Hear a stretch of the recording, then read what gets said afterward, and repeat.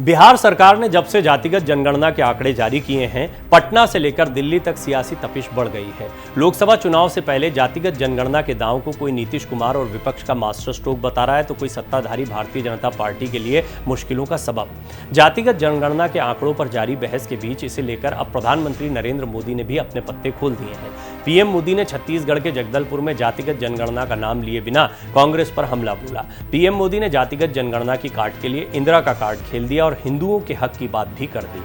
PM Modi ने कहा कि कांग्रेस ने कल से एक अलग राग अलापना शुरू कर दिया है। ये कहते हैं जितनी आबादी उतना हक। मैं कहता हूं इस देश में अगर सबसे बड़ी कोई आबादी है तो वो गरीब की है।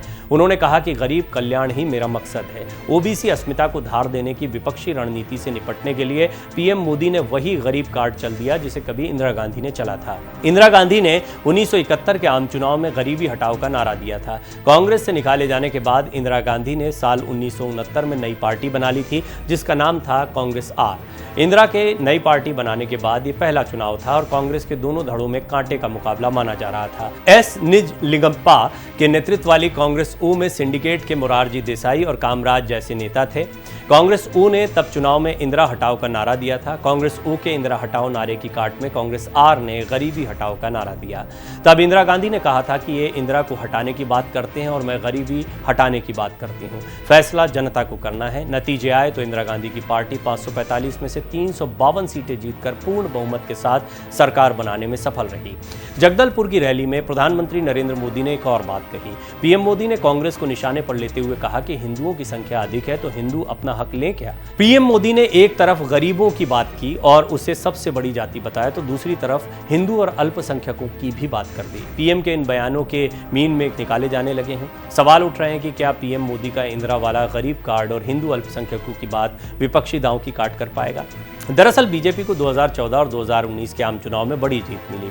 पार्टी ने उत्तर प्रदेश जैसे राज्य में 2017 और 2022 में लगातार 2 बार विधानसभा चुनाव में स्पष्ट जनादेश के साथ सरकार बनाई। राजनीतिक विश्लेषकों का मानना है कि बीजेपी की इस जीत के पीछे सबसे बड़ा फैक्टर था मतदाताओं का जाति की भावना से ऊपर उठकर हिंदुत्व और विकास के नाम पर वोट करना। बीजेपी पिछले 10 साल में हिंदू वोट बैंक के रूप में जातीय समीकरणों से हटकर एक नया माहौल बनाने में सफल रही है। बीजेपी ने एक और नया वोट बैंक तैयार किया है, सरकारी योजनाओं के लाभार्थियों का। बीजेपी के इस नए लाभार्थी वोट बैंक में उज्ज्वला, फ्री राशन, जनधन, प्रधानमंत्री आवास योजना जैसी योजनाओं के लाभार्थी हैं। प्रधानमंत्री नरेंद्र मोदी ने जिस तरह से जातिगत जनगणना का नाम लिए बिना जिसकी जितनी हिस्सेदारी का जिक्र किया और कांग्रेस पर निशाना साधा, उसे इस बात का संकेत माना जा रहा है कि बीजेपी जातीय जनगणना के दांव की काट के लिए हिंदुत्व और वेलफेयर की राह पर बढ़ेगी।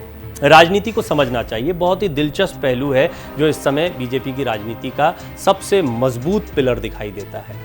दरअसल भारतीय जनता पार्टी ने अपनी सियासत में धर्म, ये बात होती है कि क्या हिंदुत्व की बात होती है, हिंदुत्व पर खुलकर खेलती है बीजेपी और हिंदुत्व बीजेपी की पिच मानी जाती है। इसीलिए ज़्यादातर पार्टियां जो हैं वो हिचकती हैं, इस पिच पर नहीं आती क्योंकि वो बीजेपी के सामने टिक नहीं पाएंगी। कर्नाटक थोड़ा सा एक एक्सेप्शनल केस रहा।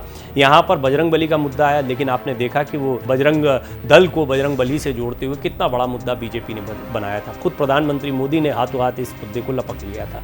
बात बनी नहीं, वहां पर मुद्दा बिल्कुल उल्टा पड़ा। यहां पर जनता को समझ में नहीं आया। ये बात मैं इसलिए कह रहा हूं कि मंडल कमंडल की राजनीति का एक दौर था। लोगों की अपनी सोच होती है। अभी जिस तरीके से युवा मतदाताओं का डोमिनेंस बढ़ा है और उनकी सोच में बदलाव आया है, ये देश की सोच में बदलाव को भी बताता है। राजनीतिक दल किसी भी मुद्दे को तब चलते हैं जब उन्हें उसका असर होता दिखाई देता है। और ये असर किस पर होता है? आप पर होता है, आम मतदाता पर, वोटर्स पर होता है। वोटर्स को जो बातें प्रभावित करती हैं, अगर जाति आपकी जड़ों के भीतर बैठी हुई है तो निश्चित तौर पर तमाम राजनीतिक दल उसका फायदा उठाना चाहेंगे। अशिक्षा को इसकी वजह माना जाता है। खुद की तरक्की के बजाय आप एक सीमित दायरे में बंधे रहना चाहते हैं, इसको एक बड़ी वजह माना जाता है।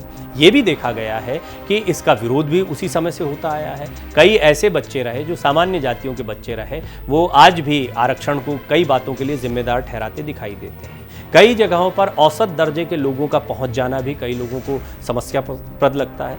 ये समाज की एक ऐसी समझ को दिखाता है जो धीरे धीरे विकसित होती है। वो जो कोई भी फैसला होता है, मंडल कमंडल की राजनीति हुई तब सबको अच्छा लग रहा था कि अब आरक्षण मिलने वाला है, इससे बड़ा फायदा होगा, लेकिन उसके दुष्परिणाम भी कुछ सामने आए। इन दुष्परिणामों को देखते हुए लोगों की सोच में काफ़ी बदलाव आया है। यहाँ तक कि कई ऐसे बच्चे हैं जो आरक्षण का लाभ ले सकते हैं, वो भी आपको कई बार ये बातें करते दिखाई देंगे कि अपनी पढ़ाई के दम पर या अपने टैलेंट के दम पर वो आगे बढ़ सकते हैं, और ऐसा कई बच्चों ने करके दिखाया भी है।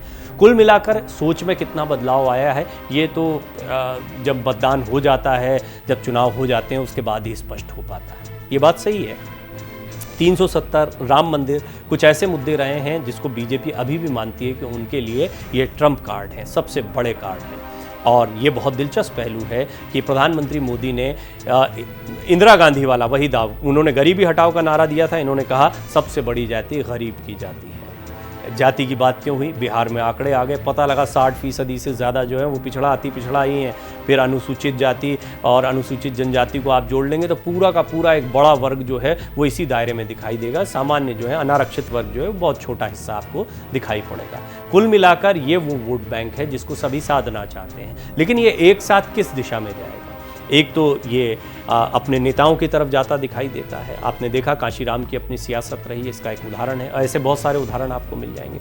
दूसरा, फिर जब बात धर्म की होती है तो धर्म में जाति का बंटवारा नहीं है, वहाँ पर हिंदू मुसलमान, मुस्लिम वोटों का पोलराइजेशन होता है। ये पोलराइजेशन शब्द भी यहीं से निकला कि समस्त हिंदू समाज जो है वो एक हो जाता है, और बीजेपी को इसका बड़ा फायदा भी मिला है, और राम मंदिर का आंदोलन इसकी बहुत बड़ी बानगी है। तो मंडल कमंडल का कॉम्बिनेशन उनके लिए बहुत काम आया था। कुल मिलाकर प्रधानमंत्री मोदी अब इसकी काट निकाल रहे हैं, देखना बहुत दिलचस्प होगा, क्योंकि राजनीतिक विश्लेषकों के अपने अपने दावे हैं। कुछ लोग मानते हैं कि ये इंडिया अलायंस का या नीतीश कुमार और लालू प्रसाद यादव का एक मास्टर कार्ड है, बीजेपी के लिए एक परेशानी का सबब हो सकता है। तो दूसरी तरफ बीजेपी इसको अपनी तरफ बुना सकती है, क्योंकि बीजेपी का प्रधानमंत्री मोदी ने स्पष्टता कहा कि ये जात पात में बांटने की राजनीति कर रहे हैं। अब यहाँ पर वो सोच आ जाती है जिसकी मैं बात कर रहा था कि आज का युवा, आज का मतदाता क्या सोचता है, ये आपको मतदान के बाद ही पता लगेगा। लेकिन आप इस पर क्या सोचते हैं, अपनी राय जरूर रखें, तो यहाँ भी कुछ अंदाजा लगेगा।